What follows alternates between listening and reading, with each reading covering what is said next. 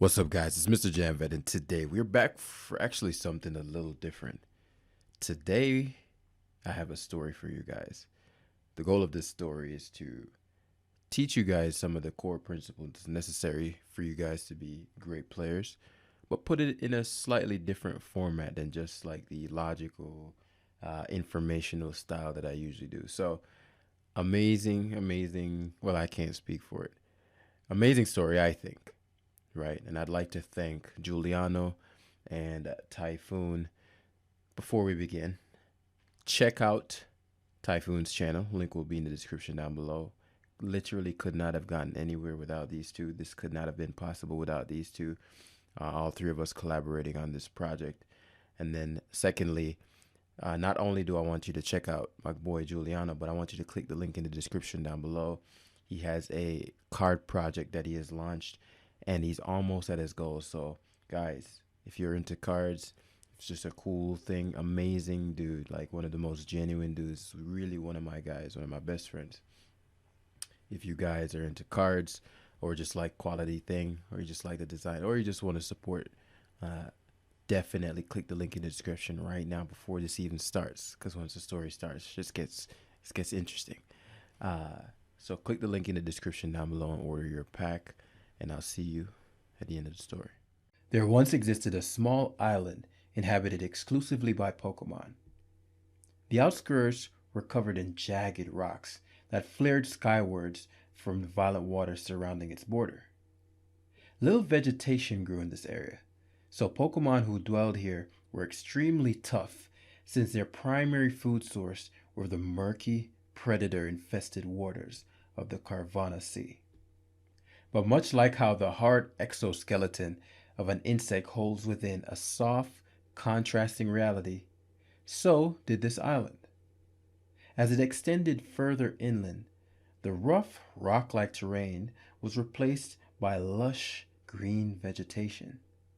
And among the vibrant greenery dwelled a flourishing community of Pokémon. Grass types tended to the soil and grew crops. Scyther could be seen vibrantly cutting down trees from a choke to then carry back to the village where Blissey nursed the young Pokémon. Everyone seemed to understand their role and lived in harmony. Well, almost everyone. On the outskirts of the village stood a small, somewhat unpopulated mountain. This area was home to the wilder, more obscure Pokémon who lived in isolation. Most Pokémon in this area were either banned from the village or mountain dwellers, with one exception, Bagon. Bagon was a short, stubby, blue-gray Pokémon. On the top of his head was a hard skull-like structure that complemented its serious facial expression. He lived in a small cave near the peak of the mountain. He wasn't banned from the village, but it never did feel like he could contribute much either. See, he wasn't from this island. He was told that a Pelipper brought him to the island as an egg from a distant land. He was the only one of his kind. Because of this, and the fact that he lacked the strength and speed of the other Pokemon around, Bagon always felt out of place. He would often hear stories from powerful Pokemon who had braved the fierce sea and soared through the sky to faraway lands. They would tell him of the unique ways Pokemon cooperated with one another on those islands, and of amazing sights he could hardly imagine. It was with these stories that his dream was sparked. The dream to travel the world. What if one day he were able to explore all the things that were beyond the island? The mere thought would send shivers of anticipation down his spine. Unfortunately, he lacked the confidence. Was leaving the island even possible? He wasn't even sure what kind of Pokemon he was. Often, he'd stare at the horizon, his eyes on both the sea and the sky, wishing he could one day master one of them. But he was afraid of failure. He thought, why try? What if I fail? I don't want to deal with the reality of my dreams never being possible, he'd mumble as he stared longingly at the horizon. Because of this lack of confidence, his life wasn't very exciting. He spent most of his time on the mountain, just surviving, and would go home and go to his cave and sleep amongst the Zubat at night. One night, one that seemed like all the others, something crazy happened.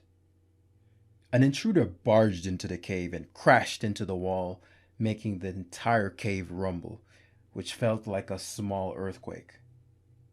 Bagon jumped from his slumber in response to the uproar of the panicking Zubat. The culprit was huge, a huge, menacing looking graveler. Bagon turned pale at the sight of this juggernaut. He wanted to run, but felt paralyzed with fear and couldn't move an inch. What's going on? Thought Bagon. He had heard stories of Graveler who would sometimes raid caves and enslave the inhabitants, but he always thought they were just stories. As the Graveler continued to wreak havoc, one of the inhabitants, a small Nidoran, lunged out towards him to defend their cave. He scratched and bit at the Graveler's hard exterior, but none of it was effective.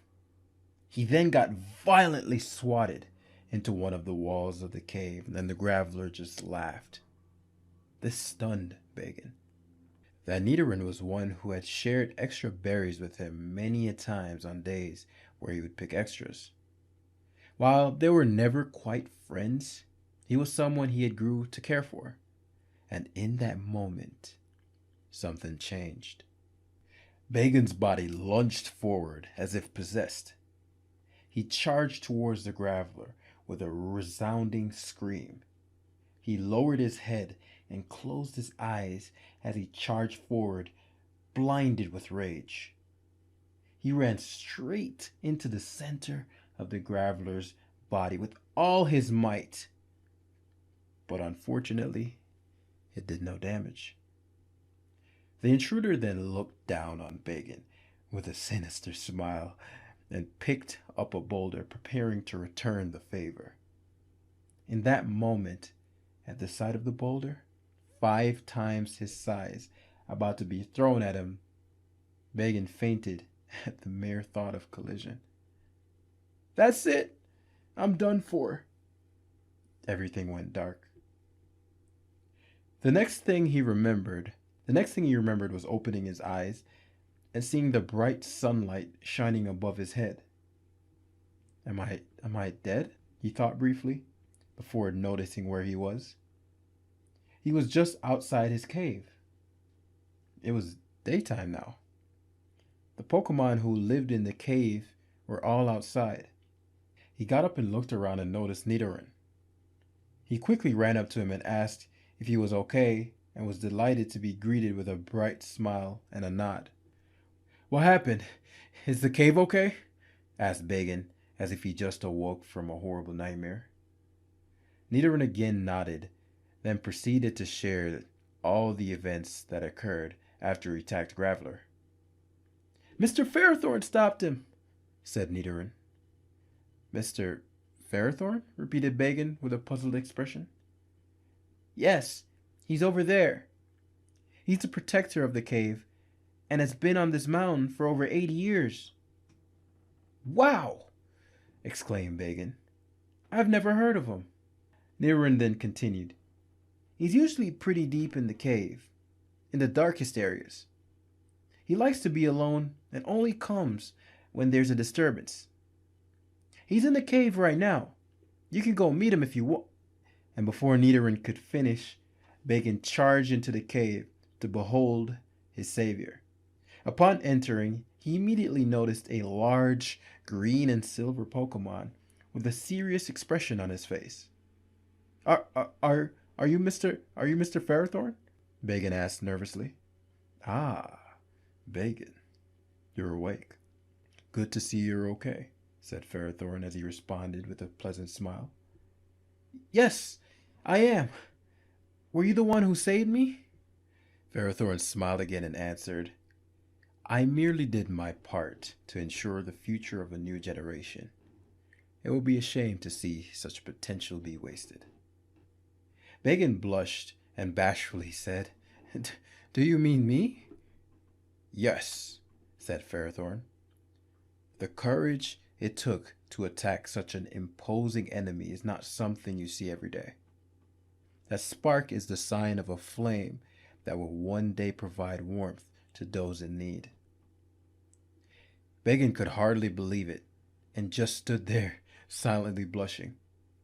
Fairthorn continued, "You should continue to hone that talent of yours.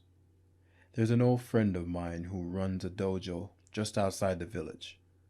I recommend you visit him. He'd be happy to aid in your development. Just remember, all successes are born of repeated failures, so never stop fighting. Best of luck, young flame," were the last words he uttered before walking off to wherever he came from. A dojo? Me? Thought Bagon as he reflected on what had just happened. He then proceeded to get some rest as he was still exhausted from the prior night's events. The next day, he was a little different. He had another one of those dreams where he saw himself flying, though he could never quite see what he looked like. That, in conjunction with the encouraging words of Mr. Fairthorn, sparked a bit more self-confidence. For the first time, he thought, maybe my dream is possible. Since he was blue with no wings, he thought that he had a much better chance at swimming than flying. Maybe he was a water type.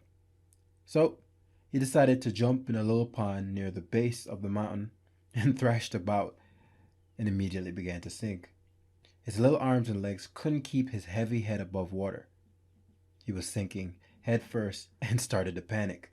He felt something tug on his leg tightly, and before he knew it, he was gently pulled back on the land and coughed up the water. A nearby Kangaskhan was watching what happened and had decided to help. He was so embarrassed that he ran away, forgetting to thank her. Thoughts filled his head like, "I suck, and I'll never reach my dream," as tears ran down his cheeks. Just that morning, he had faith, but now that was completely gone. This is proof that it was just luck. I'm weak and useless. Who was I kidding? He finally slowed down in a quiet area of the mountain and sobbed to himself. The grief quickly turned into rage as he thought more and more about his inadequacy and the unfairness of life. Why do some Pokemon get to live their dreams and I don't? It's not fair. He got so consumed with rage that he charged straight into a nearby tree. This collision caused a heap of Seedot to fall on his head, and at the sight of those grass types, the words of Mr. Fairthorn immediately flashed in his head. All successes are born from repeated failures, so never stop fighting. In that moment, he knew he had to visit the dojo. After asking some local Pokemon, Bagon managed to locate the island's dojo. He looked through the window at the Pokemon who were training hard inside. There were giant sandbags set up for the Pokemon to practice on. A Hitmonlee was kicking one rhythmically. Bagon looked over at the Machop, who ran straight into the sandbag with all his might and thrust his head into it. He was practicing his headbutt. Bagon's eyes widened. He felt chills run down his body. Maybe this is where he needed to be. He had heard from some Pokemon on the mountain that Pokemon could sometimes evolve through hard work and training. It was then that the idea hit him. If I train hard enough, I might just evolve into something that can swim. A tiny bit of hope started rushing through his body once again. He walked into the dojo to meet an Alakazam, floating in place, legs crossed, and his eyes closed. Bagon had heard about him before. Supposedly, the old Pokemon knew many things. He tutored the island's strongest fighters, who traveled the world proudly representing the island. He snapped out of his thoughts when Alakazam suddenly opened his eyes. "Hello, Bagon. I've been expecting you." "Welcome," said Alakazam. He had a kind expression on his face. Still, Bagon found himself shivering with anxiety, afraid of rejection. He took a deep breath, steeled his resolve, and asked, "I want to become stronger. Do you think I'll be able to evolve?" Alakazam smiled and nodded his head. Bagon jumped with joy. It felt reassuring that someone else believed in him. The master paused for a second and said, with calm reassurance, "Evolution is inevitable, my child. It is only delayed when one believes they are complete. Focus on the positive possibilities, and all will be revealed." Bagon was confused. He didn't really grasp what the master was saying, but he felt confident for some reason. Other Pokemon had said the Alakazam had some kind of future sight ability, so he trusted him. Before he could ask his next question, Alakazam said, "Of course. Anyone who wishes to learn and improve is welcome here. Make yourself at home." Bagon was a little spooked out. Did he read my mind or see the future? Alakazam then said, with a knowing smile, "Yes." At this moment, he tried not to think too much about that, as the master's assistant showed him to his quarters. He was given a room at the dojo and was surrounded by like-minded Pokemon. Everyone shared the goal of self-improvement. He felt he could do this. Over the next few months, he trained hard, harder than he had ever done before. When he felt weak, he dug down deep within himself and found the energy to keep pushing. He focused on his dream of exploring life beyond the island. After a year of intense training, he became the strongest pupil in the class. This rapid growth inspired jealousy in some of the other colleagues. At times he'd hear, "It doesn't matter because you'll never leave this island." Usually he would ignore these taunts, but over time they started to impact him. Another month of training went by, and he could effortlessly defeat any student. But he had yet to evolve. Over time he began to grow impatient. Impatience then turned into frustration, and finally rage. He shared his frustration with the master and asked in a commanding tone, "How come I haven't evolved yet? I'm the strongest here. If I can evolve, why haven't I? Do you remember what I told you when you first arrived?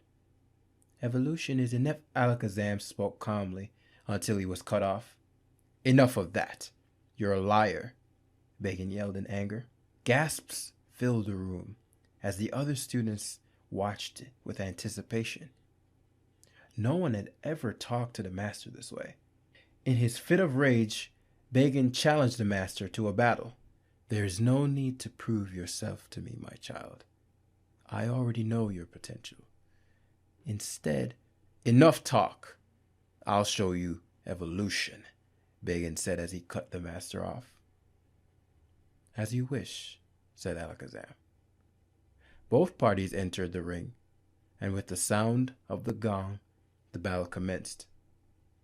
Bagon planted his feet, consumed by anger, and began to charge directly towards the master. His body was poised like a blue bullet. Everyone knew the impact Bagon could create with his head, so they stood there in awe as the master calmly remained unguarded. And just as it looked like he was about to land a direct hit, he was stopped by a mysterious force. He was then suspended in mid-air and thrown into the direction from which he came. His head met the wall with a resounding crack that left a gaping crater. Everyone was amazed. Bagon stumbled as he stood up, unfinished. The students were impressed that he had the stamina to continue. Bagon's maw then began to open wide as a light blue flame began to form inside his mouth. It coalesced into a white hot ball of energy. He bit down and then spat it out in the direction of the master. But he calmly extended one hand and created a screen of rectangular light just before impact. The blue flames dissipated as if balls of steam. Bagon was stunned. The strongest attack that he had trained so hard to master had absolutely no impact. He had nothing left. He put all his remaining energy into that attack. The difference between him and the master was so large that he immediately lost his will to fight. And in that moment, the following thought emerged. I have a lot more room to grow. And just as he had that thought, his entire body started glowing white. Bagon was evolving. Everyone was awestruck. No one had ever seen Bagon, so nobody knew what to expect. After a few seconds, it was done. Bagon had evolved into Showdown. The room was silent, then erupted into laughter. His head armor now covered his entire body, and he looked like a giant, round, incapable egg. He was now a quadruped with short, stubby legs. His face could hardly be seen beyond his 2 yellow eyes. He was now more restricted than ever before. After all that hard work, his dream seemed even more far away. In anger and embarrassment, he ran out of the dojo into isolation. I'm such a loser. This is my evolution? Now I'll never fulfill my dream. What was all that hard work for? Now I'm even worse off than when I started. This was a waste of my time. The sounds of his peers laughing echoed in his mind as he ran off to an isolated part of the island. At this moment, he gave up. He concluded that his dreams weren't possible and decided to just live out the rest of his days away from others who would remind him of that fact. He lived much like he did in the beginning, not truly living, but merely surviving. His old cave was out of reach to him now, since he couldn't bear the ridicule and disappointed look of his peers, especially Mr. Fairthorn, who had saved his life. So he moved into a cave in an isolated area of the island. Every day he would look at his reflection at the water's edge and remember his master's words and get angry. Look where focusing on the positive possibilities got me. He couldn't fly or swim, and he definitely drowned now because he weighed about as much as a grappler. There was nothing he could do. He couldn't go back to the dojo and see the sneers of his former peers again, nor could he beg the master to forgive him for his sudden escape after battle and his outburst. And yet, the events of that day and his master's words wouldn't stop echoing in his head, no matter how much he tried to tell himself it didn't matter. Shellgun became bitter, pessimistic, and merely existed, waiting for death to free him from this miserable life. One day, while looking at his reflection in the water, he noticed a strange Pokémon flying in the sky. He had never seen anything like it before. The day was quite sunny, so the sky was clear, allowing Shellgun to get a pretty good view. It had large red wings and beautiful scales, whose beauty was emphasized by the reflecting sunlight. Somehow the blue was complementary to the bright blue sky as well, as if even the heavens wished to praise this majestic beast. A long tail helped the creature keep its balance in the air, and a shadow loomed over Shellgun. It was a sight to behold. Seeing it fly around made him think back to his dream of one day leaving the island. As he continued to stare, he noticed that it seemed to be coming in the direction of the island. No, it was flying towards him. In what felt like an instant, there was now a large, intimidating dragon-like Pokemon before him. He was awestruck by both its power and its elegance. It looks like a predator. Should I run? He thought. What's there to run for? There's nothing to live for anyway. His momentary desire to live on surprised him, so he hardly noticed when the other Pokemon spoke. I knew I smelled a Shelgon. Shelgon was surprised, and it showed on his face. Though I've never seen one in this region. Hello, the dragon continued. Shelgon was still awestruck. No one but himself had ever known what he was. How do you know what I am? Shelgon asked confusedly. The dragon pointed his head towards the sky and laughed. He laughed so hard that fire burst from his maw. After he was done, Shelgon, a little annoyed, waited for his answer. Are you done ridiculing me like the rest? He snapped. If so, I'd like you to leave me to my misery. The dragon chuckled. Well, it would be hard not to know what I once was. In that moment, Shelgon stopped breathing. He wasn't sure if he had heard what he thought he had just heard. Wait, what? What do you mean? Ah, so now you're interested, eh? All Salamence become Shelgon before they get their wings. In that moment, all the memories of the past started rapidly flashing through Shelgon's mind. All the training, all the taunts, all the anger, all the time wasted living in anger and solitude, until finally he burst into tears. He was no longer concerned about what Salamence thought, because in that moment, he just wanted to release all the pain he had been harboring, not knowing who he was, not knowing his potential. Salamence stood there with a knowing smile on his face as Shelgon cried and cried for what felt like the first time in his life. In the moment, a thought he hadn't had in a long time flashed in his mind. There's still so much I don't know. I want to learn more.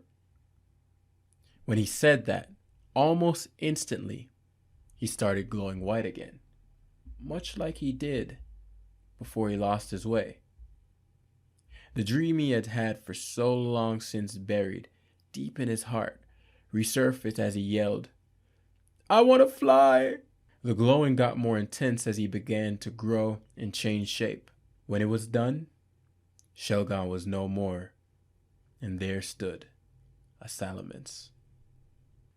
The other Salamence smiled. See, that's exactly what I meant. But I couldn't do it before, Shelgon remarked. Anything's possible if you believe. You just have to keep trying, Salamence said as he grinned. Shelgon grinned back and said, Yes, sir. Thank you. What's your name? Scarlet Wing, he said. Do you have one? No, we don't exactly do that here. Well, I'd like to name you then, may I? Of course. The young dragon nodded vigorously, anxiously waiting the senior's decision. Typhoon. Maybe that name will give you the strength to carry on and not dwell here, moping, Scarlet Wing teased. Typhoon laughed, nodding. Perhaps. Come with me. There are others like us. You should help the young learn to fly, just like you did. I'd be delighted to. But before I go, there's some people I need to see.